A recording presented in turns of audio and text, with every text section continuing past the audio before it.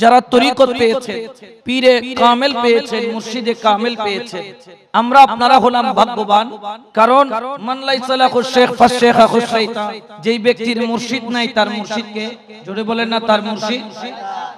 যখন গাড়ি যখন চলে, গাড়ির স্টিয়ারিং যেটা রয়েছে সেটা ড্রাইভারের হাতে থাকে।